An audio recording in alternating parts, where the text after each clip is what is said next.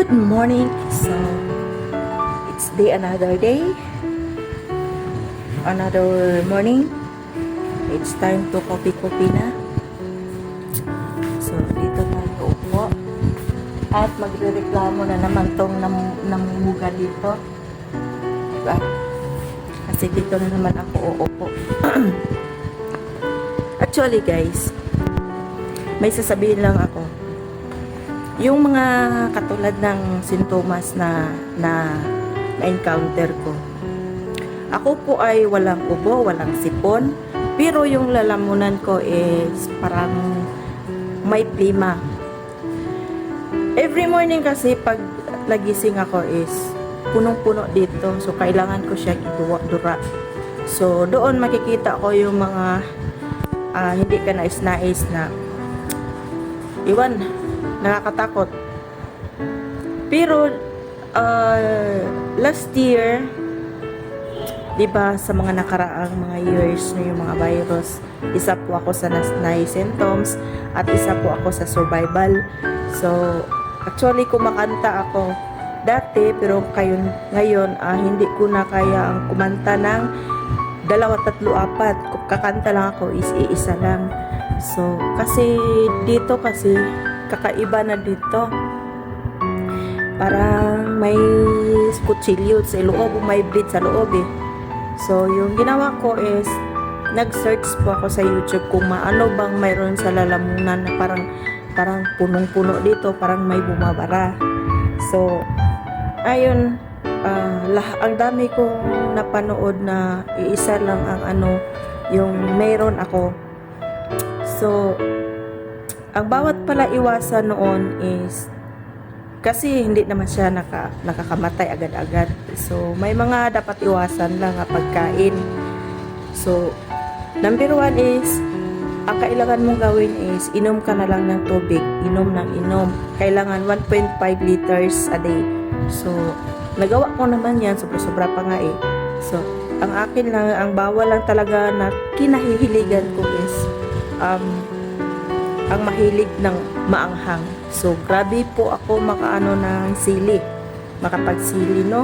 Bawat kain kailangan may sili. So, nakikita ko yun na effect na ganon pala yung epekto pag mahilig ka sa sili, lalo na't may allergy ka sa lalamunan. So, oo, alam ko may allergy ako sa lalamunan. So, yun ang hinahanap ko na kung ano ba ang dapat kong iwasan. So, sa mga mayroong katulad na sa akin na nararamdaman na kahit walang ubo, walang sipon, pero may mga plima dito nga bumabara, sa tuwing umaga mo lang ilalabas, eh, dapat iwasan mo. Kung mahilig ka ng sili, iwasan mo yung mga maanghang. No? Iwasan mo lang ang mga maanghang. O, yun lang ang pinaka-the best. Pero kung kailangan ka magpa-check ng doktor, magpa-check up ka na lang, no, para doble ingat sa katawan at kalusugan na rin. Alright. So, kape tayo. Time check natin is 9:05 AM Saudi time.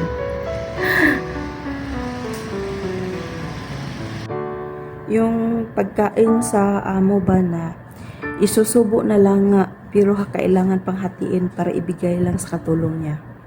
Ayun, hinati niya yung banana. Yung mousse, para lang daw, hati daw kaming dalawa. Pastilan, manahala, kainin ko na lang to. No? Grabing hinanakit ko sa saging, mangga ba? Saging at saka mangga, grabing hinanakit ko dito sa Saudi. No? Kung hindi man ako makakain ng hinati sa kanya, ibibigay ng buo pero itim na yung balat. Pero galing sa puso kaya kakainin na lang. Sarap. Pero actually pag sa Pinas na to, hindi na to masyadong inano eh. Bihira ang kakainin ng ganito. Kadapat sa Pinas yung yellow pa. Pero dito, ibigay man ipakain pero itim na. Pero, ito na nga, oh. Pero, ang saging malaking potential yan sa katawan natin, eh. Tulog, eh. Lalo na sa puting dugo natin. Kailangan natin ang saging.